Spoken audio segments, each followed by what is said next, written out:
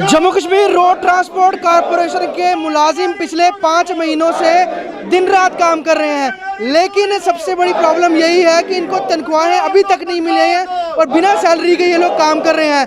आज प्रदर्शन करने का इन्होंने एक अनोखा यहाँ पर तरीका अपनाया है। जिन बसों में बैठकर ये लोग काम करते हैं ड्राइवर कंडक्टर, उसके ऊपर चढ़कर ये लोग प्रदर्शन कर रहे हैं और स्ट्रेंथ आप इनकी देख सकते हैं। हालांकि इनको सरकार ने 10 अक्टूबर तक का विभाग ने समय दिया है कि आपका जो मसला है उसे हल किया जाएगा, लेकिन अभी जो इन्होंने साफ तौर पे ये कहा है कि हम इंतज़ार करेंगे और उसके बाद निर्णय किया जाएगा 10 अक्टूबर को कि आगे काम बंद करना है या फिर क्या स्ट्रेटजी रहेगी। उसको देखते हुए UT of जे&के road transport corporation worker union Jammu province के ये तमाम एम्प्लॉयज़ जो हैं प्रदर्शन कर रहे हैं और यही कह रहे हैं कि जिस तरह से आपने तमाम कोरोना वॉरियर्स को उनको अपने कवर इंश्योरेंस कवर दिया, प्रॉपरली टाइम पे सैलरी दे रहे हो, अवार्ड्स दे रहे हो, लेकिन हमें क्या दे रहे हो आप? हम लोग काम कर रहे हैं, बाहर की स्टेट ड्यूटीज़ के फंसे हुए लोगों को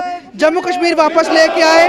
मेडिकल में इस समय जितने भी लोग कर्मी काम कर रहे हैं उनको उनके घर तक छोड़ रहे हैं, ला रहे हैं। तो ये लोग जो है कब तक सफ़र करेंगे और क्यों इनको जो है इग्नोर किया जा रहा है, इसको देखते हुए लगातार प्रदर्शन जारी है। और साफ तौर पर कई इन्होंने अपनी मांगे यहाँ पर जो एनलिस्ट की हैं, लगभग 10 मांगे हैं इनकी, जिसको लेकर ये सभी इकट्ठा हुए हैं और रोष है। आगे आने वाले समय में यकीनन Jammu Kashmir road transport corporation के लिए मुश्किल होगी अगर ये स्ट्राइक पे चले जाते हैं। फिलहाल अगर बात करें, ज़्यादा बसेस तो नहीं चल रही हैं, लेकिन साफ तौर पर जो लोग हैं ये बिना सैलरी के काम करते हुए यही डिमांड कर रहे हैं कि हम ज़्यादा और इंतज़ार नहीं करेंगे और उसके बाद हम लोग अपनी स्ट्राइक पर करेंगे। मुख्य 10 मांगे आप लोगों ने यहाँ पे 10 मांगे लिखी हैं मुख्य, उसमें क्या क्या मेन है? अभी हमारी सबसे पहली मेन जो ये मांग है वो है हमारी सैलरी। वो सैलरी हमें हर महीना मिलनी चाहिए। दूसरी डिमांड है हमारी जो कंसोलिडेट जो हमारे लोग हैं, जिन लोगों का 8 साल से पीरियड ऊपर हो चुका है, उनको तकरीबन 10 साल हो गए हैं, उनको रेगुलराइज करना। तीसरी जो डिमांड है हमारी 7th पे कमीशन, जो कि सब पूरे हिंदुस्तान में सबको लागू हुआ, जे&के में लागू हुआ। उस वक्त मंत्री महोदय साहब ने भी, हमारे जो इस वक्त प्राइम मिनिस्टर ऑफ इंडिया, उन्होंने यहाँ कहा था कि ये आपको भी मिलेगा, सबको मिलेगा, लेकिन आज तक हमें 7th पे लेना तो दूर की बात, हमें तनख्वाह से भी वागुजार नहीं कर रहे हैं ये तो। और हमारी जो बाकी की डिमांड है, जैसे कि हमारे एम्प्लॉय जो ड्राइवर का आज तक उनको ग्रेड नहीं दिया गया। बहुत सारे हमारे एम्प्लॉय जो रिटायर हो गए, उनको आज तक एक रुपया भी नहीं दिया गया। रिटायर भी यहाँ नौकरी सर्विस करके 35-40 साल सर्विस करने के बाद भी वो रिटायर हो गए, उनको आज तक ना ग्रेजुएटी, ना लीव सैलरी, ना उनको CP फंड दिया गया। और जो हमारा SRO 143 है, उसको इम्प्लीमेंट अभी तक नहीं किया गया। और भी जो हमारी बहुत सारी ऐसी डिमांड है, लेकिन मेन डिमांड है इसको जो हमारी जो है वो है, सबसे पहले हमारी सैलरी जो है हमें हर महीना मिलनी चाहिए। और जो दूसरी डिमांड जो हमारी जो इस वक्त है, जो कंसोलिडेट जो हमारे जिनके पीरियड पूरा हुआ है उनको रेगुलराइज करना।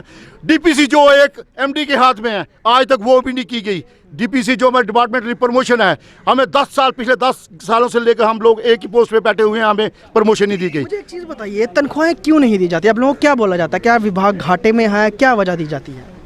क्या कहा जाता है? ये तनख्वाह जो ये कॉरपोरेशन बनी है, ये पब्लिक सर्विस ऑर्गेनाइजेशन है, ये कोई मुनाफे के लिए नहीं बनी है।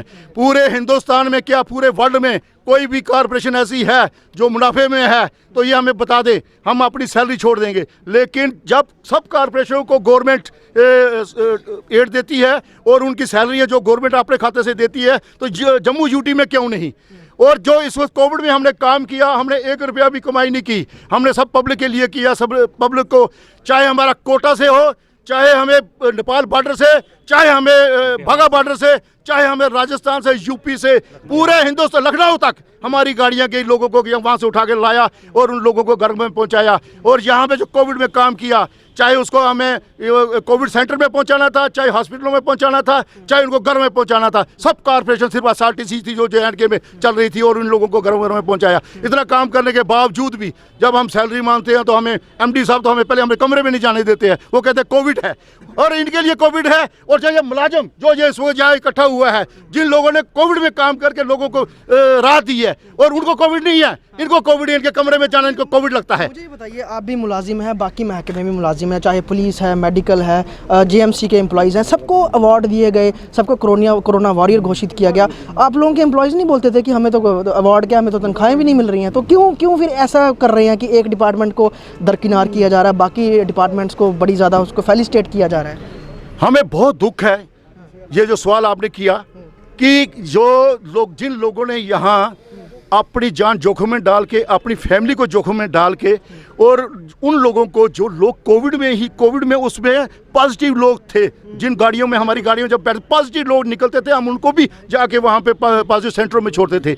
और आज तक डिपार्टमेंट ने हमें अप्रिशिएट नहीं किया। बिल्कुल, बड़ा दुख है हमें, बहुत अफसोस है हमें कि जो लोग इतना काम करने के बाद भी आज हमें अप्रिशिएट करना तो दूर की बात, हमारी तनख्वाह, जो हमने काम किया हुआ है, हमारी तनख्वाह भी बंद करके रखी है। और पैसा हमें बताया जाता है कि मैनेजमेंट ने बताया गवर्नमेंट को कि 68 करोड़ रुपया अदर डिपार्टमेंट के पास हमारा पड़ा हुआ है।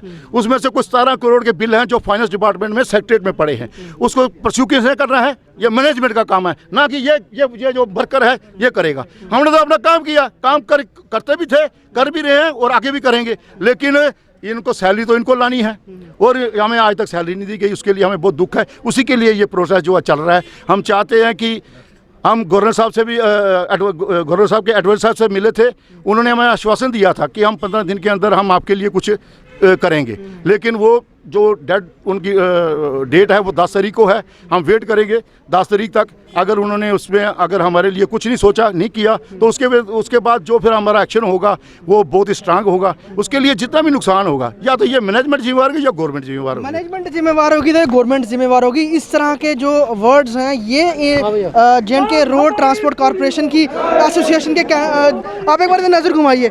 ये तमाम लोग जो हैं ये कोविड के इस महामारी के समय में 5 महीने से लगातार काम करें। इन्होंने जैसे खुद कहा और हमने देखा भी कि जो कोविड पॉजिटिव लोग थे उनको लखनपुर या अलग अलग जो भी बॉर्डर्स थे वहाँ से लेकर क्वारंटाइन सेंटर्स तक लाया जाता था।